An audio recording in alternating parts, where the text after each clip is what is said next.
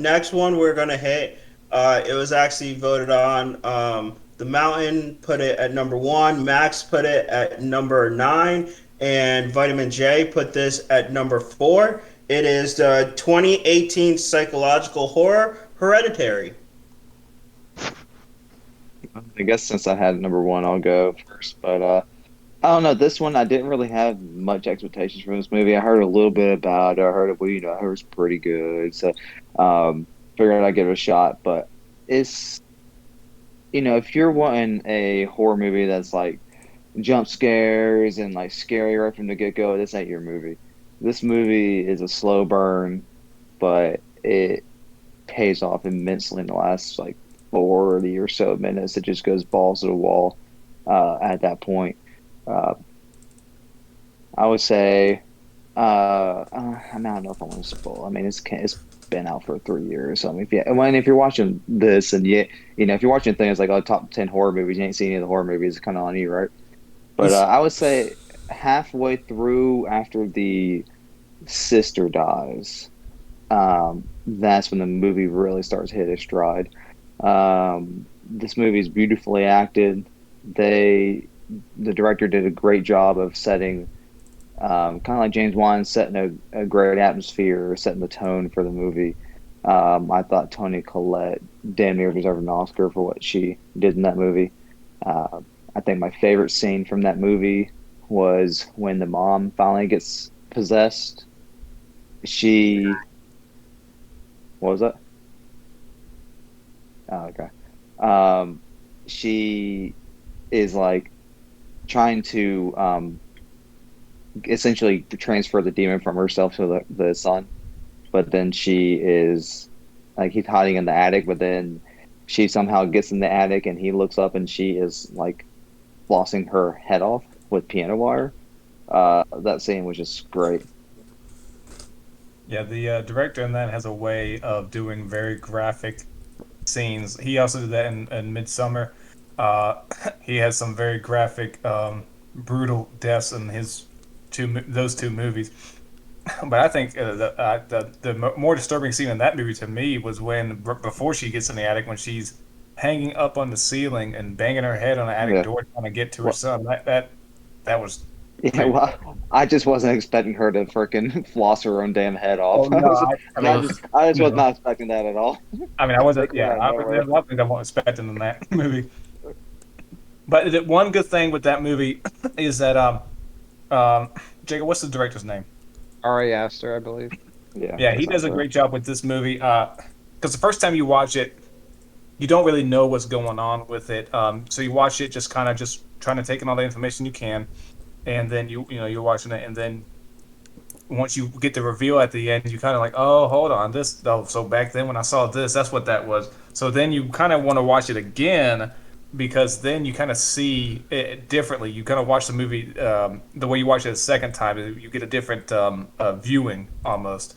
So he does a good job making you want to come back to it. But like I said, it's a slow burn, so maybe the casual viewers wouldn't like it because it's not, like you said, it's not really scary until the last 40 or so minutes, then it kind of goes into overdrive. Um, Best horror comes to those who are patient. If you let the yep. story take you There, away, there, you will there be is one scene probably in the first act of the movie when when the daughter dies. That was pretty unexpected for me. Yeah, Yeah, I I didn't didn't see expect that. that at also all. the way she died. I was not expecting.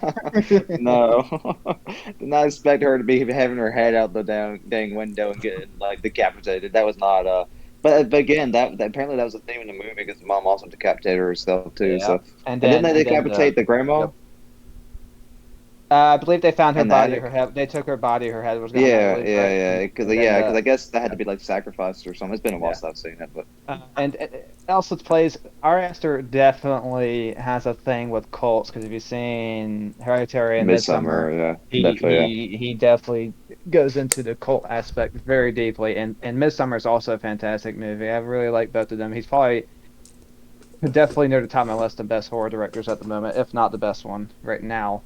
But the plot constantly twists. You think it's going to end one way, and if you watch, if you watch a ton of horror movies, you think, oh, it's a possession movie. They'll figure out a way to Yeah, they'll get out of it. Yeah, no they'll get problem. out of it. No, that does not Yeah. happen. Yeah, doesn't have a happy ending. Yeah, his like body floats to the I'm- treehouse and like a Wait, hanging even out or something. Paimon Payman, he Paimon, takes yeah. over, and it's really good. And then the whole cult shows up at the end, and it's all like characters you've seen all throughout the movie that you're like, oh, okay, so it's like Yeah. characters in the background you weren't really paying attention to. That's cool. Yeah. All right. So coming in at number 5, sorry, four. Coming in at Jesus. 4 is going to be another very iconic movie. Started this genre and spawned off several other murder movies like this. It got from D3, you put it 5th. Vitamin J, you put it 3rd. Catan, you put it 9th, and Josh put it number 2. It is Halloween, the original 1978 classic. All right, Vitamin J, since you voted the highest out of people who are here, let you get the floor on this one. All right. It spawned the modern, horror slasher. Created like after Halloween came out, you had a bunch of people replicating it to mixed results. But one of the most iconic killers, Myers. It was one of the first ones also, even before Alien came out, to have a female character who wasn't a helpless victim. She definitely did stuff like screaming and stuff that you would do if you're terrified, but she fought back. She fought her attacker back. She didn't have to wait for other people to help her. So that was also pretty big at the time. I can't remember when it came out, like 72, 74. No, Dang, it's that late? yeah, So the year right before. Oh, okay. I didn't think it was that late. But What year? 78. Mm-hmm. That was early. Anywho, but I mean, it's still influential. I mean, they're still doing sequels about it because it still makes money, even if the other movies aren't that great. The Yeah, new The remake new one's is, a banger. but That's a banger. yeah, the new one's really good. But I mean, and it's also did something. Yeah, it also made a ton of money for a low budget, which seems like a lot of the best horror movies have a minimal budget but make us a ton of money. Excuse me. This really helped launch the career of John Carpenter, the director, Yep. and Jamie Lee Curtis. Oh, and the score. The score is definitely Oh, the score. probably It's the most best. One of iconic. those iconic. That's the best horror movie theme song of all time, or horror theme, in my I opinion. mean, when we're playing DBD online every night, and I hear that music chasing me, it's not good news. Do you guys know how the mask originated? Yeah, it's Yeah, William it's a Shatner workshop. mask. Yeah. Yeah, But you can Painted tell- white and expanded the eye holes. Yep, it's William Shatner. William Shatner's Oh, yeah. Michael Myers. Yep. Yep. I wonder if he wanted royalties for that. You better. And I will say this Wait, also. He's saying it's a rich man already, but Well, watching the original movie, the whole time I'm like, God, it looks like Will Shatner. The whole time, like, God, why is he killing people? Got tired of people talking about his acting. Yeah. Yeah, I love how the iconic mask was a last ditch effort. They just grabbed the mask off a Halloween store rack and was like, "All right, this is it. Mhm. This will be our killer This face." is one. Just paint it white and stretch it out a little bit. This is what we'll settle with. Just love how sometimes the most iconic things just Yeah. happen in a. Yeah, they're probably like, we got $10 left. What do you want to use it on? And I will say that Halloween also spawned a very successful franchise because I believe the writer or director of Friday the 13th admitted they're a blatant ripoff of Halloween. Well, of course they Kind of are. obvious. No, I mean, yeah, it's pretty straightforward. And also, Mask this movie killer. The only It thing is. different was that Jason introduced I don't know which one introduced the supernatural element beforehand, but the Friday series may have done that first since Jason was dead and came back and whatever. Friday series was also more graphic. They would actually Yeah. like show more blood and stuff during nudity the and kills. blood. Yeah. Well, I think the Friday series was, and it also played into like every horror trope imaginable. Yeah, it has other rules. You have sex, you die. You do drugs. Yeah, you yeah. die. Yeah. It's Yeah. definitely kind of the charm with the Friday movies, but it definitely helped spawn a bunch of other movies that relied on those tropes, and that's why we still have them to this day. And another thing I'll say about Halloween is it starts with that POV shot of a couple getting murdered. And usually you think the murderer is an adult. When it reveals that it's like a little 5-6-year-old kid, that was a truly shocking moment. You're not going to expect a little kid to be the murderer. Especially during that time. That says you. You know, I look at y'all's kid. I'm like, oh yeah, that murders. Yeah. All right. My kid's an angel. All right. So our next, we then have another tie with second place. Both of them have to do with the ones before it. One of them being original, the first one, the other one tying in with the same kind of murder, killer / horror. The first one we're gonna hit. This one was voted on by Vitamin J. He put it number 1. Max over here put it number 4. Mountain and D3, you both put it at number 7. And Josh put this one at number 5, coming with 31 points. Has the song with it, and it scared a lot. A lot of people did not want to go to sleep because this movie, the 1984 classic Nightmare on Elm Street. We're not talking about the new one. No, No, we're not doing CGI Krueger. No. somehow the face looks worse than the new one. Yeah, and incredible. Faker than the old one. Yeah. An interesting tidbit is Wes Craven partly based the concept of dying in your sleep on a real medical condition. I believe they renamed it. It used to be called Asian Death Syndrome. They renamed it to like Sudden Unexpected Death Syndrome. Where like this whole bunch of healthy Cambodian and Laos immigrants came to the U.S. and all of a sudden they would just die in their sleep. Like Damn. one guy even told his family, "If I sleep, I will die." And he went to bed and they heard him screaming, and next thing you know, he was dead. Wow. Anybody going to talk about this movie? Yeah, let's open Yeah. this up. So yes. Okay. So whereas Mike Myers, Bond, the silent slasher, Nightmare on Elm Street changed it. Now the killer talks. Now the killer can taunt you. Now the killer Cracks has a voice. He cracks jokes at your expense as he's killing you. And he's Um, vulgar. He's very vulgar, especially in the later movies. Yeah. So that definitely people weren't like. I kind of made him more scary in a way because like you're just thinking of a killer in your sleep, chasing you and killing you is one thing, but now he has the chance to taunt you as he's doing it. That's just makes it even scarier. The first one obviously is the best Nightmare on Elm Street. Helped Wes Craven out. Definitely. They originally wanted Robert Englund only for one movie as Freddy, and then they tried to do the second one without him. They didn't realize, actually, you kind of need a good actor to play this character, because they were used to changing the actors every movie for the horror silent killers like Jason and Mike Myers, because they didn't really need to have the same person. But no, it's a great movie. It's definitely I think it's definitely my favorite horror movie.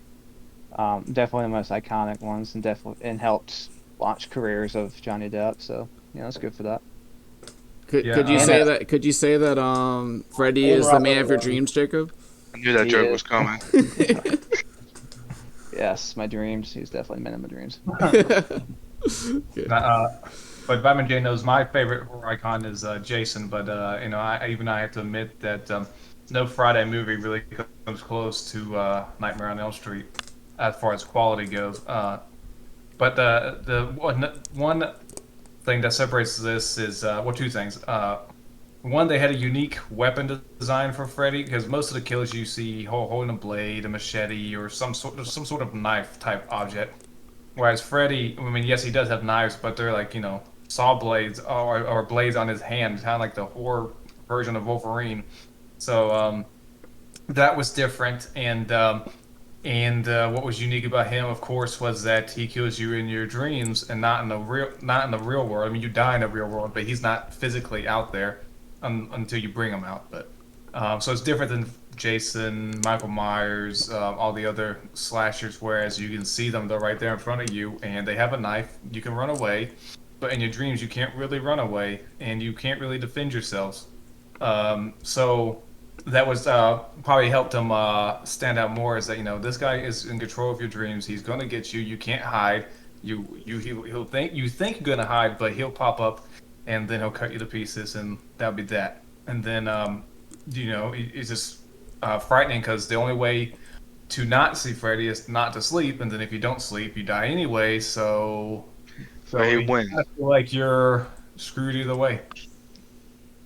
It's also cool because, I mean, like I said, even if you know you're dreaming, he's the ultimate dream expert. He knows how to control your own dream.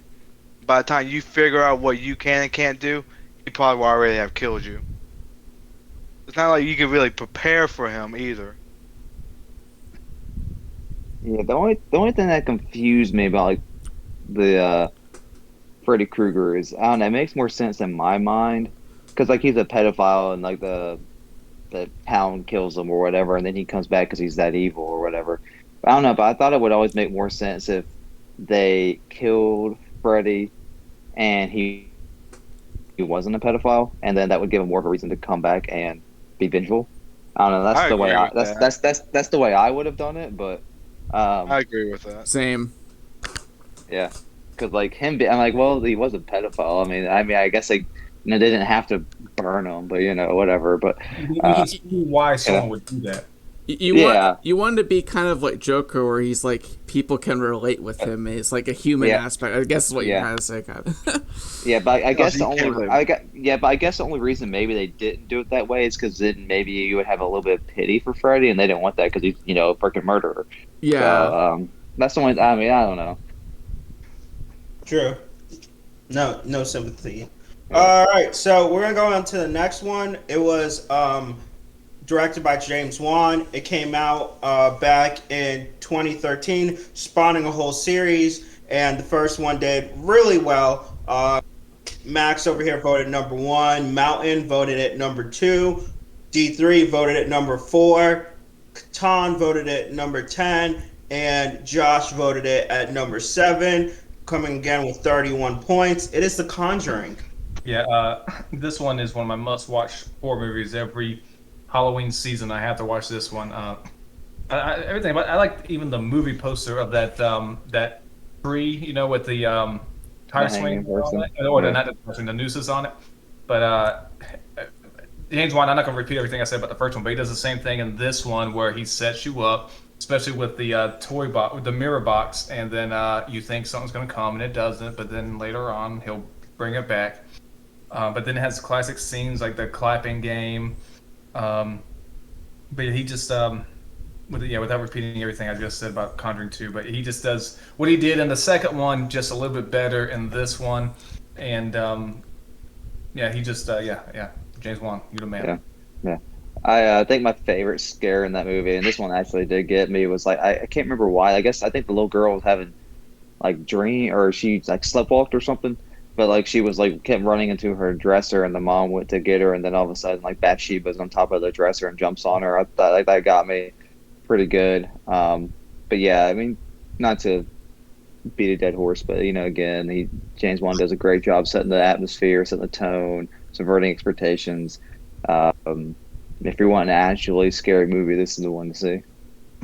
And to help spawn, you may disagree with the quality of the movies, but the Conjuring universe is the most successful branching universe, horror universe that's been probably since Universal way back in the day. Yeah. The first and like the Annabelles are okay. The first one's absolute garbage. The other two are pretty good in my opinion. And I'll say this movie showed me never to play the hide and clap game. I don't trust that one bit. Never heard of it before, and I'll never do it. Yeah. And I'll say James Wan was brilliant in that scene for the basement because the way he frames it, you think something's coming from the bottom of the stairs, but it's actually the top of the stairs you need to be looking at. Again, that's just points to James Wan's genius because he knows where to divert your attention to in order to get you somewhere else. Vitamin J, you didn't vote for it. What's up? Yeah, You didn't vote for it at all? Wow. No, I didn't have any Conjurings. I just, I thought the movies were better. I like the movies. So The Conjuring, I remember when it first came out, you're like, it's just a haunting movie. We've, seen these a million times. But, they do it in a way to where it's completely different. and you actually they do a new spin on the haunting genre, which is nice. But no, I did have the movies higher than that. Sorry, I have an opinion. That's a wrong opinion, but okay. This is like his Hulk Hogan thing. I like the guy. He just sucks. Yeah. I mean, let's see now. Not every movie One- can be one the more- top 10. You know? We have that. All right. Yeah. Let's do some honorable mentions. This one was. We can go to a classic and a very another old movie. Not Two cool. classics. One was voted on by Catan at 2. The other one was voted on by D3 at number 2 spot. It is Dracula as the original, as well as D3 did Psycho. Tanya, you can go first.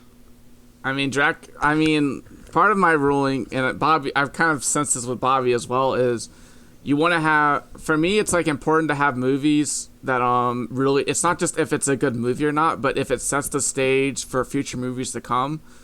Dracula, there are so many great Dracula movies. Like, when you're going to think of Halloween, when you're going to think of horror, you're going to think of Dracula.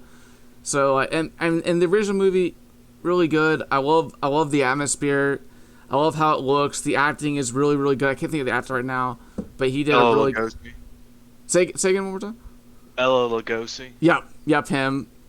Christopher Lee later in a different one is really good as well. Because the thing about Dracula, like kind of a theme we have with this podcast too, is we have some killers that don't talk. We have some killers that are witty. This killer, he was really like Dracula. He's not just like a I'm gonna get you type of person. Like I'm a monster. Like he should be a monster because he's kind of like a bat, but that's not really his style. He's really, really clever.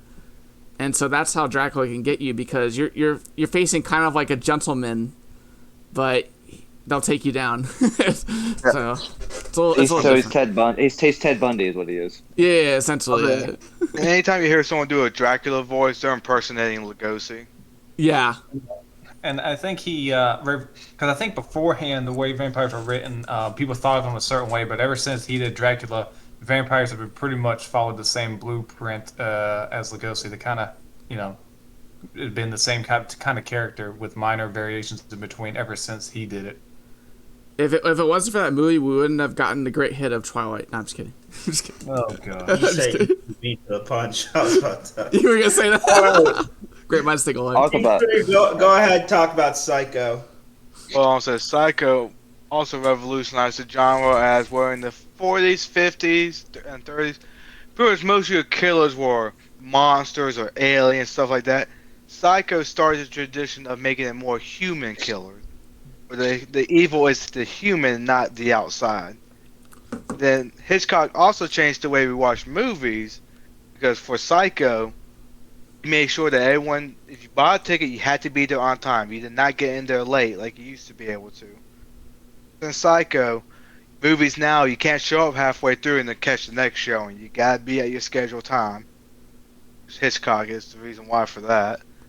And it's just, the shower scene's iconic. As soon as you hear that music, you instantly can recognize that scene.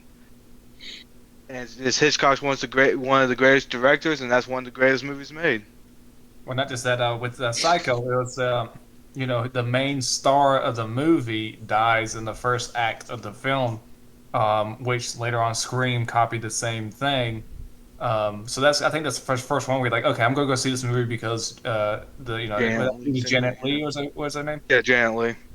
She's a star. Okay, she's gonna make. She can't die in the beginning of the movie. She's the main character, but no, she dies in the beginning. And I think I may be mistaken. Bobby's the expert in everything pre 1960s or whatever. But I think it's one of the first horror movies that dealt with a killer who had severe mental trauma because he thinks his mom's alive. And it is one of the few. It is one of the few that do it. And like I said, it's also brilliant because the whole first half of the movie is all about Janet Leigh's character, Marion Crane, stealing money. And essentially, after she dies, that plot is completely just useless. It didn't matter one bit to the overall story. Which I bet audience back in the day is like, what the heck just happened? Yeah, you think that story arc is going to come back into play, and it never does. So basically, it's a movie where the first half does not matter. but you put it as one of the best movies. No, But it no. does matter 'cause all those events lead to going to the base motel. Oh, okay. Yeah, it leads to the cops going there and investigating, and then they find out later that the mom. Then they find out a iconic scene, or two iconic scenes really, when they turn the chair around, find out the mom's dead, and then of course the end of the movie when Hitchcock did a great Norman Bates. transition scene with Norman Bates at the end where he has Norman Bates sitting in the interrogation room, and then he transitions a skull on top of Norman Bates' face, and there's just a beautiful shot. And then, of course, the classic line, well, he wasn't even hurt a fly. So it just is, the ending to that movie is really Hitchcock at his finest there. All right. I haven't seen the movie. You haven't seen any of these movies, I don't think, besides Tucker and Dale versus Evil. You should watch Psycho. It's a great movie. Yeah, it's the only one I've seen. Yeah. It's the only one. Maybe watch maybe I watch mean, I've something that's not watched a couple Disney. other honorable mention, like ones that didn't make the list, but I don't know if they really count. What's a piece of resistance? All right. We'll talk about one more because I do really like this movie, though. It was voted on by Just Max. It is American Psycho. That's not. See, I don't really consider that a horror movie though. I guess look, he's killing Freddy Krueger and all that. Look, he's chopping people. He's doing a thing. I know. Chainsaw down there was impeccable timing. I might add, just to chop that chainsaw and kill that girl. That's crazy. It does have one of the funniest scenes I've ever seen. Is when they're all looking at each other's business cards, and Patrick Bateman's getting more and more angry about the business cards, and they all look the same. Yeah, they have business card envy and envy that his is eggshell white, and They don't look the same. It's They don't look the hilarious. same to Bateman. It looks completely different to him. Yeah. He sees every And difference. oh my god, it even has a watermark. And a lot of people get tripped up on whether Bateman killed the people or not. That's not the point. The point is like everybody's just so consumed with each other they can't even recognize each other. I mean, you see the beginning of the film, he's like doing all this masking, to exfoliate his skin. He says, "I'm not even the real me" or whatever. And the director did say he did kill Paul Allen. Oh yeah, that was another great scene too. Hi, Yeah. Paul. Yeah. That's whack. I was gonna say. I mean, I'm not a horror, but I liked it because I think it's more of a psychological thriller, Right. and it could be put definitely in that horror genre. One, Christian Bale's performance is amazing. You really see how transverse of an actor, because he has to act like somebody who's put together, but then be psychotic, and he did both very well. I believe this was pre-Batman Begins. Yep. And when they talk about it, I think this is one of the movies that also more and more people started considering him for like Bruce Wayne, of like one of his big before he broke out. As well, I think also just that ending where you're like, it really, I think, again, I like movies that say something about the world and really bring that aspect of you now have to think about what is this saying about the world of like we're all that consumed about appearances. Right. We don't, like with everything he's doing, we're just more consumed by appearances than everything else in the world. That's why I liked it. I really enjoyed it for that aspect. And he really, one scene in particular really hits that is when so maybe he kills numerous people in this one apartment, and he comes back to the apartment to find out that the real estate agent is back listed on the market and is being sold, has an open house in it. And there's no mention of no one has talked about the dead bodies that were in there. It's just acted as if it was never happening because we have to make money on this house. We don't care if you killed people. We need this rent money. Yeah, they don't want the value to depreciate because there were dead bodies in there. And Patrick Bateman is constantly mistaken for other people throughout the movie. Yeah, especially by Paul Allen. Yeah, and I don't know if other movies, because this one was more talking about like the upper class, like really Wall The Street. yuppies. Economic. Yeah, and like what is that? And I think that was kind of an interesting. I think it was one of the first horror movies to really hit that, or like psychological that really hit that. Yeah. Don't at me if I'm wrong. Attacked rich people, yeah. Yeah, don't at me if I'm wrong. Sorry, guys. And we're not going to leave this discussion without talking about Christian Bale's physique in this movie. Oh, impeccable. man. Of course, you wouldn't leave this without talking about it, Max. It's a thing of beauty. If I had a ball like that, I would never have a shirt. I won't wear clothes. This guy's. Let's go to number one. Wait, real quick disclaimer. This list was made before we saw Karen. That would have obviously been number one. Well, That would be unanimous that number would I one. haven't watched it. Dude, it's, Yeah. it's so bad. It's like kind of enjoyable to watch. I refuse. What do you to. mean? What do you mean bad? I'm kidding, by the way. Yeah. I mean, I got a question. Is it spot on? Does You mean? I'm gonna get it. It's We not have to finish subtle. this. It's subtle, No, right? no, It's subtle. you kind of right? you kind of had to think about it. You see a scene and you're like, oh, that's what they were saying. Okay, You have to be okay. a master philosopher to understand all the everything in it. Yeah. It took me The to the subtle very end of the movie to nuances. Yeah. I had to ask very end Socrates of the movie about to some figure out things. that it's about race. I had no idea. Just to let you know. But that's the big plot twist in the end. Right? That's usually, Okay, we've never gotten it by the name. Oh man, what a movie! All right, we're gonna go ahead and hit with our number one. This is actually a first time ever. The number one did not get voted number one by anybody, but it was voted on by everybody but Josh, who participated. But everybody put it pretty highly. Was it Vitamin J and Max? You both put it number 2. D3 put it number 3. Mountain put it number 4, and Catan put it number 7. It is 1980 psychological horror. Another 1980 psychological horror starring an actor who's not as good as Al Pacino, but still pretty Al good. Pacino. Jack Nicholson. Nicholson. Sorry, Nicholas the golfer. I always mix the two names up. See, maybe if he was better, I would actually remember. your voice it. name is straight up. Go ahead, say the name of Let's the have movie. this discussion. It is The Shining. Here's Johnny. Yeah, Yeah. exactly. One of my favorite behind the scenes thing was that they casted Jack Nicholson to be the guy because they said they wanted a guy who doesn't look crazy, and I'm like, you casted Jack Nicholson, the guy who doesn't look crazy. So I kind of think that's funny that a guy who's pretty well known for Yeah. looking and acting crazy, But- It's kind of like how they almost casted OJ as the Terminator because he oh yeah, looked like he wasn't a guy that would kill people. yeah, Oh my- and then yeah. and then that, yeah, we won't. Yeah, that. But no, Okay. Stanley Kubrick. This is at his meticulous best. Of course, Stanley Kubrick, well known for not shooting a scene 1,000 times until he gets it exactly right. There's one scene where Jack Nicholson throws a bouncing ball, and I think they did that scene hundreds of times before Stanley Kubrick got Jack Nicholson to throw the ball the right way to where he's like, oh, this is finally perfect.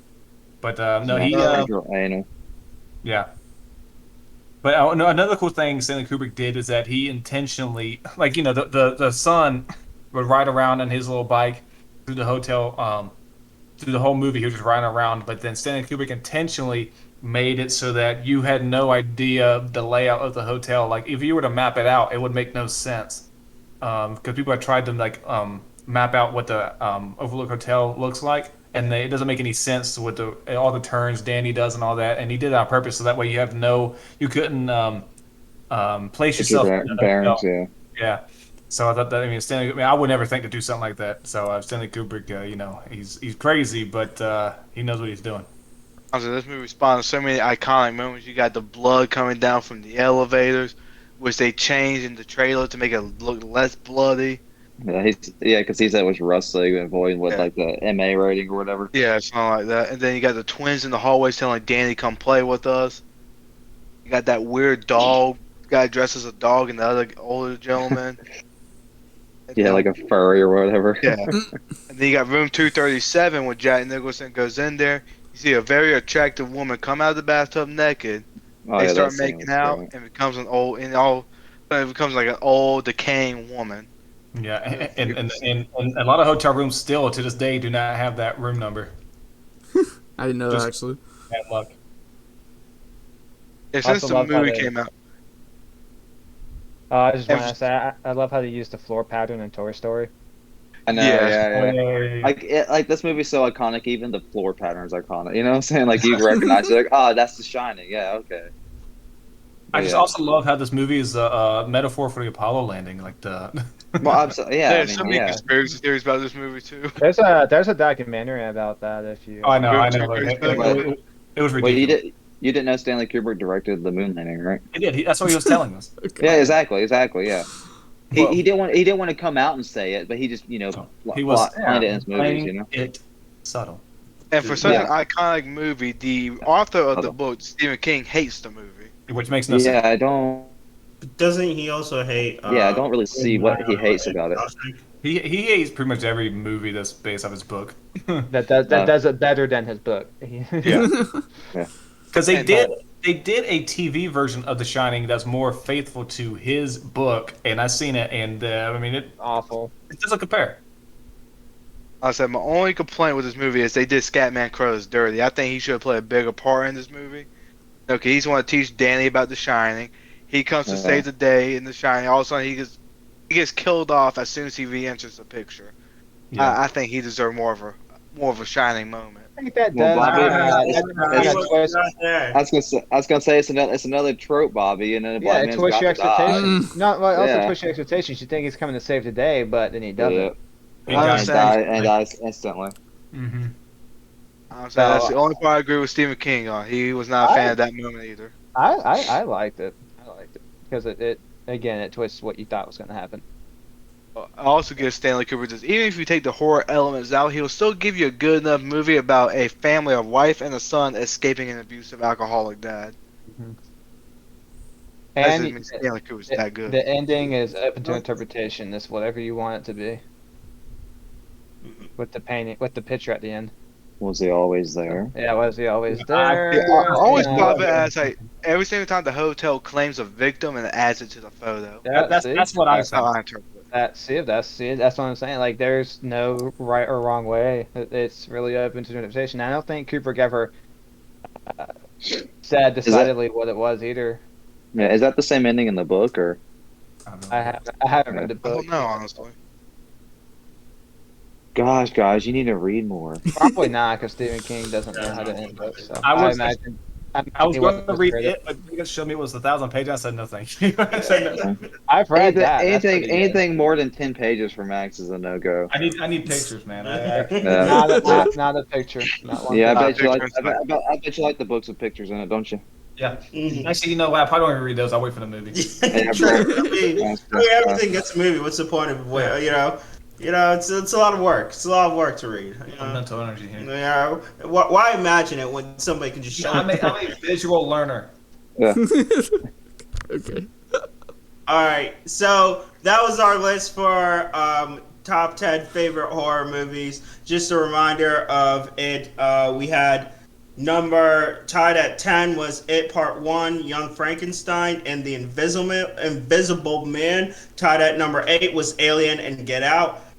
Number 6 was number 7 was Tucker versus Dale. Tucker and Dale vs. Evil. Number 6 was Conjuring 2. Number 5 was Hereditary. Number 4 was Halloween, the 1978 version. Number 2 was tied. There was a two-way tie with Conjuring and Nightmare on Elm Street, the original version. And number 1 was The Shining. So thank you all for tuning in, watching. Did we hit every movie on your list? Are there some movies you think we missed out on? Are there some movies we put on that you think weren't that good? Let us know on the comments below. Please like, subscribe, turn notifications on, all that good stuff. Once again, my name is Legacy. You can follow me at wisdom_legacy. And make sure to watch our episodes. They come out every Monday as well. And don't forget to follow our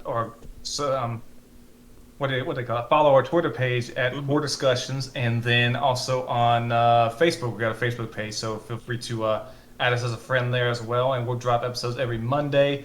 Sometimes I get late and I drop them Tuesday. So on YouTube every Monday, but as Ian Gatan, he's pretty consistent. I am pretty consistent and being late and dropping them on Tuesday. So, but please follow the Facebook page, the YouTube, and the Twitter account. I am Bobby D3. I don't have any social media, but I do have a few books I've written, and one does discuss horror movies. And if you want, we'll provide the links below, and you'll see why I think The Invisible Man is the best horror movie. All right, I'm Ian Catan. After you subscribe to the core discussions, you'll see it below. It's the red button. You can subscribe to me. I'm Ian Lesbian, and I make a lot of great content, horror games, anime stuff, all that fun stuff. Check it out. Yeah. I'm Vitamin J. You can find me on Twitch, Vitamin J. Do no space or dash or anything, just Vitamin J. And then on Twitter at VitaminJ91. I am mostly streaming Dead by Daylight at this time, but I definitely do other stuff like Call of Duty. So check it out whenever you want. You're the original Vitamin J, not these other posers on Twitch. The original. The one Yep, you don't need forget to your get your daily dose. daily dose you need the most. And I'm Hunter, and social media was a mistake. Oh my god. Okay. We should have a podcast just having a debate with Hunter about social media. Good, I'm obsessed with you. All right, thank you all for watching. Please, again, tune in next week for our next episode. Ian, hit us with that theme music.